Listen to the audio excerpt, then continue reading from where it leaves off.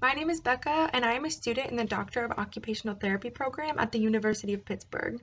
Today, Katie and I are going to share some tips and tricks on how to best be a healthy family raising healthy children. In this video, we bring awareness to some things that can cause mental health changes in all individuals in your family unit, as well as some things that you can do to address those barriers as a family. In this video, we will be addressing mental health. Unlike mental health, physical health is much more concrete from person to person. For example, we know that exercise and eating healthy will improve your health, and we can be confident that this is true for most, if not all, people. Yet when we're talking about mental health, like we will be in this video, it's important to remember that the conversation around this is much more individualized and emotion-based. Everyone reacts differently in different situations, and everyone has different emotions. Especially children, who are such a vital part of the family unit. Children are still figuring out their emotions and how to regulate them in certain situations. A child's age can also impact how they regulate their emotions. So if you have multiple children in your family unit, you may understand that your 4-year-old will react differently in a stressful situation when compared to your 13-year-old. But something we want to highlight is that both of these situations and experiences are equally as important because it's helping this child develop ways to regulate their emotions and handle stressful situations. And they're doing so with the support of the adults in their life, in their family unit. Along with this, in this video, we may refer to parent or grandparent and their children. But since we understand that each family is so different, we also understand that you may not be your child's biological parent.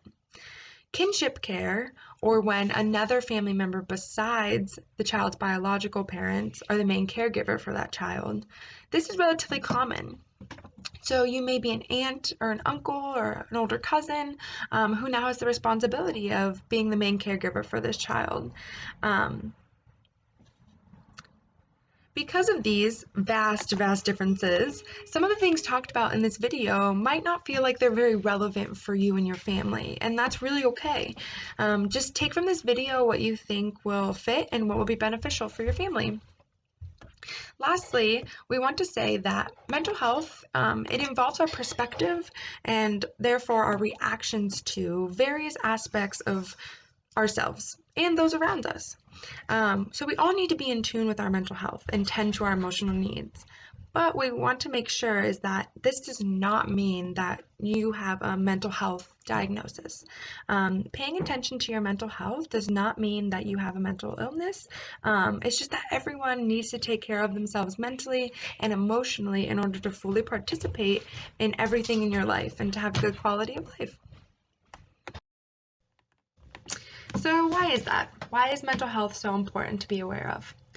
When we talk about mental health, we're really talking about how we think about our emotions, how we think about ourselves in terms of purpose and ability, and how we think about others, our social life, our friends, our families, our support systems.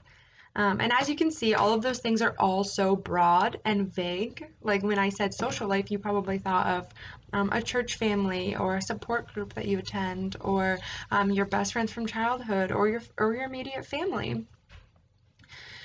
So through this, we can see that there really are endless possibilities for what can cause changes in your mental health. It will be different for you and for every person because your perspective and your thoughts toward all of these things are going to be based on what's important to you and what you value as an individual. Our mental health, it affects how we feel and how we act. It affects how we react in stressful situations. And it also affects how we relate to others and build relationships. So we know that if these things are negatively impacted on maybe a specific day or week, we'll likely have less motivation, have less energy, and have a lower mood, and we'll be more likely to not participate in things that we really enjoy doing. And over time, this can really take a toll, and it can cause us to have a lower quality of life and less satisfaction with our life. So we know that our mental health affects how we feel and how we treat ourselves and others. We also know that mental health can be changed by really anything in our life and around us. So it's important that we really be aware of the things that have a heavy impact on our mental health. So when you can be aware of these things that are changed within you, how you think and feel and your perspective, when you're aware of those, then you can more easily start creating routines or practices that will help alleviate those and help get your mental health back to baseline.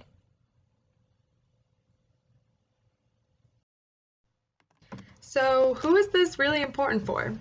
Well, mental health is important for everyone at every single stage in life. As children, we learn unspoken social rules, how to regulate emotions, how to build relationships, how to share. And these are all things that we react to and we have a perspective on, and we're going to be building the perspective through these interactions. In adolescence and into young adulthood, we're continuing to build on this. We're stepping outside of these social norm boxes and we're kind of figuring out what we truly value. In adulthood, we must regulate our emotions in order to have a healthy image of ourselves and others at work, personal life, social life, and our families. This will allow you to have a positive outlook on your life and be able to instill healthy mental habits into your family if you are a part of a family unit. Older adults are very wise from all of their life experiences, but are also going through a lot of changes. So we must be aware of how those changes are going to impact our mental health and our perspective on things. So at all ages, no matter who it is in the family unit, mental health is real and it is necessary to talk about. Taking on the responsibility of caring for a child can bring a lot of emotions. Fear, stress, worry, guilt, and grief are all common and normal things to be experiencing. It is important to realize that you're doing a wonderful thing in caring for your child, but that does not mean that you should forget to care about yourself. A healthy child starts with a healthy you. It is crucial to prioritize your own mental health. You must find time to do things that allow you to rest and relax. It is so important to realize that taking time for yourself is not selfish. In fact, it's actually the opposite. By taking care of yourself and addressing your own mental health, you're ensuring that you can provide the best care to your child. So, whatever is important to you, make sure you schedule time to do it. This could be yoga, this could be any other type of exercise, watching a TV show at night, or a nightly routine of reading a book before bed. You'll be able to provide the best environment for your child when you are feeling your best. If you find yourself continuing to struggle with emotions surrounding the responsibility of caring for your grandchild, we encourage you to seek out support groups, either online or in your local area. Kinship care is becoming more and more common and helps to talk to others who are experiencing the same trials and tribulations that your family is experiencing now. While you're experiencing a wide range of emotions surrounding caring for your grandchild, it's important to realize that they're experiencing those emotions as well. This transition is just as hard on them as it is for you, but it may be more difficult for them to express these emotions and feelings. Children may experience strong emotions such as anger, fear, resentment, and even embarrassment. And it's important for you to value your grandchild's feelings and teach them to express them in an appropriate manner. These are a few tips that may help create a more positive relationship between you and your grandchild and promote better mental health. First, build a routine with them so they have some consistency. This can be waking up and going to bed at the same time every day, having meal times at certain times, or even a certain time that you watch TV every day. Some children like having a visual schedule, while others just know approximately what times to be expecting things. It's also crucial to set age-appropriate rules. If your grandchild is younger, this could be a limit on TV time, or not eating on the couches. If your grandchild is older, this could be having a curfew, or asking before they take the car out. Regardless of what your rules are, it's important that you set these boundaries and enforce them. Finally, provide your child with their own space, such as a room in their house that's theirs. This is meaningful to them and is increasingly important as they age. The most important thing you can do is just encourage open communication with your grandchild. Show them that you're a safe space for them to come and talk to during this time. One of the things that can impact mental health is sleep.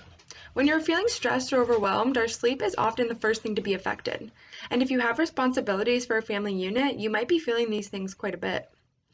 Sometimes we're not sleeping well because of staying up late or waking up early to take care of these responsibilities, as well as juggling other responsibilities outside of the family unit. And sometimes lack of sleep is really just from restless nights with racing thoughts or feeling stressed out about something. So, in real life, sleepless nights are inevitable. They're going to happen to everyone. Um, Yet, if you're experiencing a lack of sleep because of an inconsistent routine or a few poor sleeping habits, it's important to recognize this because you have control over that. And you can take steps to do things that will help you get better sleep, and then it'll make your days better. But how, right? How is sleep going to make my day better? Why is sleep so important? A lack of sleep impacts your brain and body in a very significant way. Just one night of bad sleep can cause really obvious symptoms throughout the day. Things like having less energy, right? As we know, we get less sleep, we're going to have less energy because we're tired. But then you're also typically a little bit more irritable. And because of this, you'll have a lower mood overall, and you'll likely have less motivation to participate in things like work, school, or a sport that you might really love. You also might have a hard time concentrating on those things, and your memory might be a little bit slower. So, along with this, you'll also be less motivated to socialize and may even have a hard time concentrating and engaging in conversations with your peers, with your friends, with your family. And over time, this can really impact your relationships. If you're constantly not having energy or motivation or time to engage in these relationships, it's going to take a toll. We know that meaningful relationships can make us feel safe, considered, and can improve our quality of life. But in order to build those relationships, we need to be able to contribute to them to make them stronger. And getting sufficient sleep will allow us to do this in a lot of different ways.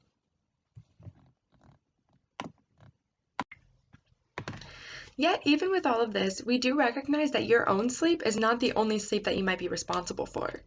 As an adult with some, if not all, responsibility of a family unit, it's your task to help support the younger kids in your home with their bedtime routines. And their nighttime routine is really going to be the driving force for a healthy night's sleep. So it's really important because all of the things that we talked about that happen to you when you don't get enough sleep also happens to kids. But sleep is even more vital for these kids. Getting a healthy night's sleep will support healthy development, and healthy development is a foundation for good mental health throughout their life. If a child doesn't get enough sleep, they'll also have low energy. They'll be more easily frustrated, maybe even brought to turmoil pretty quickly. Like I know you know how your kid can be after a long, busy day and they're pretty tired. So just like a lack of sleep will make you less social and might put stressors on your relationships, kiddos can also experience this when they have a lack of sleep. Their relationships with their friends at school, their siblings, and even with you and other adults in their life might be tested. Healthy and stable relationships are necessary for a child who is developing so they can build good mental health and have a trusting and loving perspective on those around them. Life is crazy and really unexpected things can happen. And when you're really busy, it can be really difficult to even recognize when you and your family are not getting enough sleep. You can start supporting healthy sleeping habits today by just being aware and noticing things like how much sleep do I get every night? How much sleep do my kids get every night? And how was that sleep? Was it good sleep or was it restless sleep? And here are just some things to notice and to start thinking about over the next couple of days or weeks. So, are you getting enough sleep? As an adult, you should be getting 7 to 9 hours of sleep each night. Kids who are younger, they need a lot more sleep than that. Some kids might even need up to 12 hours of sleep a night, depending on age. So it's important that you recognize that kids in your family unit should be asleep for a longer period of time than the adults in your family unit. So that means either going to bed earlier or waking up later or some combination of the two. The next two things kind of go together. So are you waking up and going to bed at about the same time each day and night? And do you have a bedtime routine that gets you in the mood for sleeping? So both of these are referring to routine or some sort of consistency. And this is important for us as adults because it can improve our ability to fall asleep and stay asleep. But consistency, it's almost necessary for kids in order to get their brains and their bodies ready for bed. Kiddos have a harder time deciding that they want to go to bed than adults do, right? Kids want to stay up and play and they don't really recognize like I'm tired right now. So this routine allows their brains and bodies to recognize that bedtime is coming soon. And they can start getting into the mindset for sleeping, and this can help them fall asleep quicker, therefore have more sleep over the night. Bedtime is also a really great way for families to spend time bonding, and we'll talk about that in just a moment or two. And this last thing that we wanted to point out is, do you and your family eat a lot of snacks or drink a lot of not water drinks before bed? Because sugar in these foods and drinks can really keep kids and you up for hours after you try and go to sleep.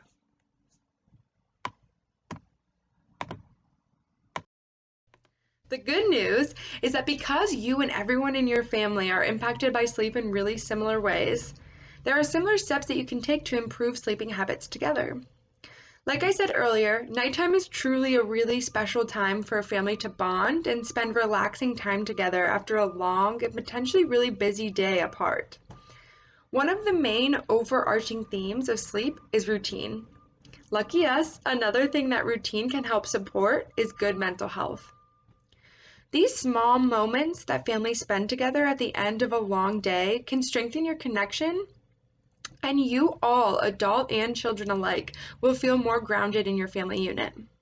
This can help throughout the day with feelings of anxiety and can really be a source of comfort for everyone in the family. So, for nighttime routine, if you wanted to spend some time together, here are some ideas. You can watch maybe a show or a movie together that you all like. Maybe you can all talk about what you liked and didn't like about it. And maybe letting this conversation roll over a little bit to other things that happened in the day. So you can just chat a bit before bed. You could maybe stretch together, do a meditation to relax the body. You can maybe pick out pajamas together with your kiddos, or maybe have them pick each other's out. Siblings have like doing things like that together, so maybe they could pick each other's pajamas out if this is something that they would enjoy and wouldn't cause any tension. You can maybe say a prayer, or if you have a comparable family tradition that would be special to incorporate into your bedtime routine and would be meaningful for the whole family. But really, there's no right way to do this.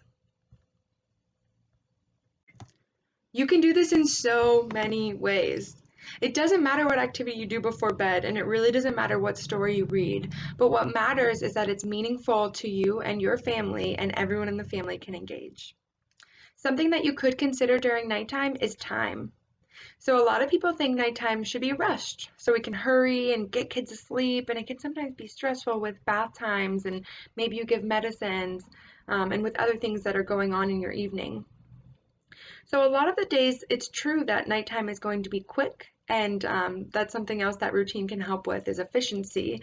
But when you find the time, try to be patient and slow down during the nighttime routine, and this will create a relaxing environment for you to be able to open up to noticing moments in which you can connect with your children and with other members of your family.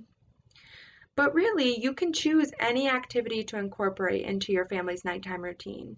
You just want to make sure that it's meaningful and that your family is going to benefit from it, and that everyone's engaged, as well as supporting a stress-free and a judgment-free space.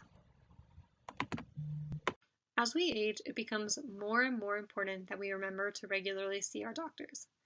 At a minimum, people aged 50 and older should be seeing their primary care physicians at least once a year. And honestly, people under the age of 50 should be doing that as well. They may suggest additional testing or appointments for you to receive. And while your schedule is very busy, nothing is more important than your health. You are so important to your grandchild, and it's crucial that you advocate for your own health care and ensure that you are as healthy as you can be for them. It's also important that you instill these healthy habits in your grandchildren. When they see you taking care of your body and going to appointments, they're more likely to do that as well. One helpful tip we have for you to save you time is to ask your doctor to write any prescription medication that you have to an online pharmacy. This will take away the burden of you having to remember to refill your prescriptions, and they'll be delivered to your door instead. This will save you time and allow you to spend it with your family instead. Kinship care, or a family member raising someone else in their family, is becoming more and more common across the country. You may be a grandparent, aunt, uncle, or other family member that is raising a child. While this is becoming more and more common, it is still quite an adjustment for both the child and the caregiver. It is crucial that the adult is able to recognize the importance of both their own and the child's mental health. We hope that this video was able to give you some helpful information and ideas that can improve your mental health and you can incorporate into your daily routine. If you're interested in learning more about physical age-related changes, please be sure you check out our other videos.